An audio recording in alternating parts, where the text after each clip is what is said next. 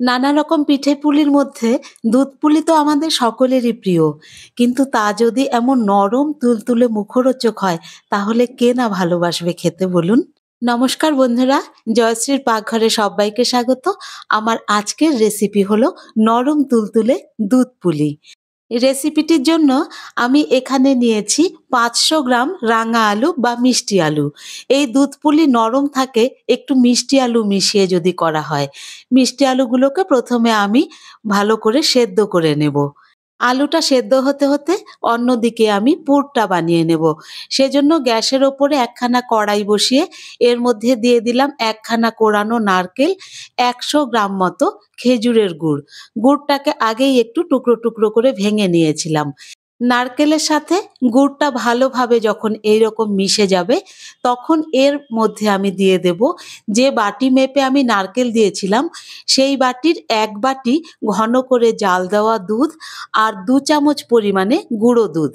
এবারে গুঁড়ো দুধটাকে একটু ভালো করে এর সাথে মিশিয়ে দেব আর একসাথে ফুটতে দেব। এই সময়ে গ্যাসের ফ্লেমটাকে আমি হাইতে রেখেছি। আপনারা কিন্তু দুধের বদলে খোয়া ক্ষীর দিয়েও এই পুরটাকে বানাতে পারেন। তবে খোয়া ক্ষীর সবসময় ঘরে অ্যাভেলেবল থাকে না। তাই দুধ আর গুঁড়ো দুধ মিলিয়ে করলে পরেও কিন্তু দারুণ টেস্টি হয় খেতে। আস্তে, আস্তে যখন এইরকম শুকিয়ে আসবে আর দলা বেঁধে যাবে, তখন আমি কড়াই থেকে পুরটাকে নামিয়ে নিচ্ছি। পুরটা নামিয়ে নিয়ে একটা বাটির মধ্যে আমি রেখে দিচ্ছি। এইদিকে এতক্ষণে মিষ্টি আলুগুলোও কিন্তু সেদ্ধ হয়ে গেছে। আলুগুলোকে সেদ্ধ করে গরম অবস্থাতেই আমি এর খোসাটা ছাড়িয়ে নেব। আলুগুলো কিন্তু বেশি ঠান্ডা হয়ে গেলে এটাকে ম্যাশ করতে অসুবিধে হবে, তখন দানা, দানা রয়ে যাবে আর পুলির টেক্সচারটা ভালো আসবে না।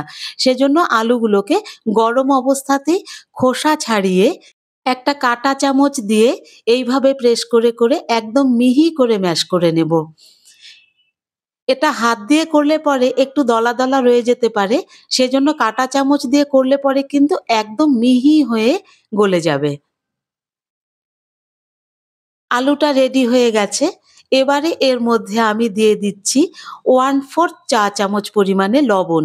সামান্য একটু লবণ দিলে পরে যেকোনো মিষ্টি জিনিসের টেস্ট খুব সুন্দর হয়। আর দিয়ে দিচ্ছি ১ চামচ পরিমাণে ঘি। এবারে এর মধ্যে দিয়ে দিচ্ছি বড় ২ চামচ পরিমাণে চালের গুঁড়ো আর বড় ২ চামচ পরিমাণে ময়দা। মিষ্টি আলুর পরিমাণ যদি বেশি হয়, তাহলে চালের গুঁড়ো আর ময়দাও আরেকটু বেশি লাগতে পারে। এবারে সবকিছুকে খুব ভালো করে মেখে নেব। এই মাখার মধ্যে কিন্তু কোনো মতেই একটুও জল দেওয়া যাবে না। আর মিষ্টি আলুর যদি একটুও দানা ভাব থাকে, সেটাকে কিন্তু বাদ দিয়ে দিতে হবে। মোট কথা একটা স্মুথ ডো তৈরি করতে হবে। আর ঘিটা দেওয়ার কারণে ডোটা কিন্তু একটুও আটকে যাবে না, একদম স্মুথ ভাবে রেডি হয়ে যাবে। এই সময় মনে করিয়ে দিই, আমার চ্যানেলটি যদি এখনো সাবস্ক্রাইব করে না থাকেন, তাহলে অবশ্যই চ্যানেলটি সাবস্ক্রাইব করে আমার পাশে থাকবার অনুরোধ রইল। ডোটা কিন্তু রেডি হয়ে গেছে। দেখুন বেশ নরম আর ওপরটা একদম স্মুথ আর একটুও যাতে ফেটে না যায় সেটা খেয়াল রাখতে হবে। এবারে এই ডোয়ের থেকে ছোট, ছোট লেচি কেটে নেব। পুলি কিন্তু একটু ছোট সাইজের হলে পরেই খেতেও আর দেখতেও ভালো লাগে। সবগুলোকে লেচি কেটে নিয়েছি। এবারে প্লেটে নিয়ে নিয়েছি একটুখানি ময়দা। একখানা করে লেচি নিয়ে হাতের মধ্যে এইরকম গোল করে এবার দুপাশটাতে একটু করে ময়দা লাগিয়ে আঙ্গুল দিয়ে প্রেস করে এইরকম একখানা বাটি মতো শেপ তৈরি করে নেব। আর ধারগুলো যাতে একটু পাতলা থাকে সেটা দেখতে হবে কিন্তু। ধারগুলো অবশ্যই একটু পাতলা রাখার চেষ্টা করবেন। এবারে মাঝখানে 1/2 চামচ করে পুর দিয়ে দুপাশ থেকে এইভাবে এটাকে বন্ধ করে দেব। দেখতে হবে একটুও পুর যেন বাইরে বেরিয়ে না আসে আর ওপর দিকটা খুব ভালোভাবে যাতে সিল হয়। এবারে ওপর থেকে এইরকম করে এক আঙ্গুল দিয়ে একটু, একটু করে মুড়ে নিচ্ছি। পুরোটা মুড়ে নিয়ে যাতে ফেটে না যায় সেজন্য আরেকবার একটুখানি চেপে নিচ্ছি। একইভাবে সবগুলো পুলিকে আমি রেডি করে নিলাম। সবগুলো পুলি একই সাইজের করে রেডি করে নিয়েছি। অন্যদিকে গ্যাসের উপরে আমি ১ লিটার পরিমাণে দুধ বসিয়ে দিয়েছি। দুধটা একবার ফুটে ওঠা পর্যন্ত আমি অপেক্ষা করব।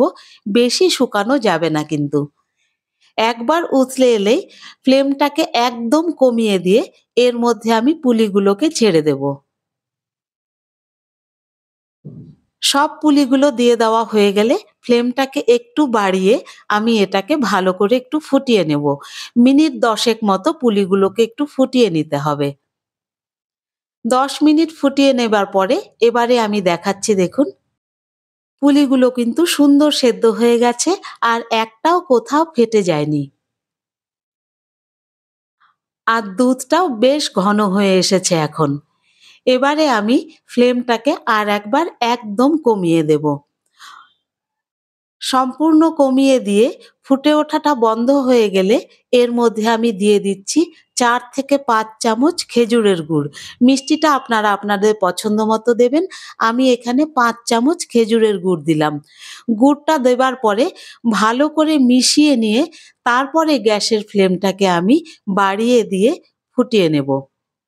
আরো ৬ থেকে ৭ মিনিট ফুটিয়ে নেবার পরে এখন দেখাচ্ছি মিষ্টি আলুর পুলি কিন্তু একদম রেডি। যেমন সুন্দর রং হয়েছে আর পুলিগুলো খেতেও দারুণ সুস্বাদু হয়েছে। এবারে ফ্লেমটাকে অফ করে ঘন্টা ২ একটু ঢেকে রেখে দিয়ে ঠান্ডা ঠান্ডা এটাকে সার্ভ করব। রেসিপিটি কেমন লাগলো কমেন্ট বক্সে অবশ্যই জানাবেন আর ভালো লাগলে একটা লাইক করে দেবেন। আর পারলে চ্যানেলটি সাবস্ক্রাইব করে নেবেন। ফিরে আসবো অন্য একটি রেসিপি নিয়ে। ততক্ষণ টাটা।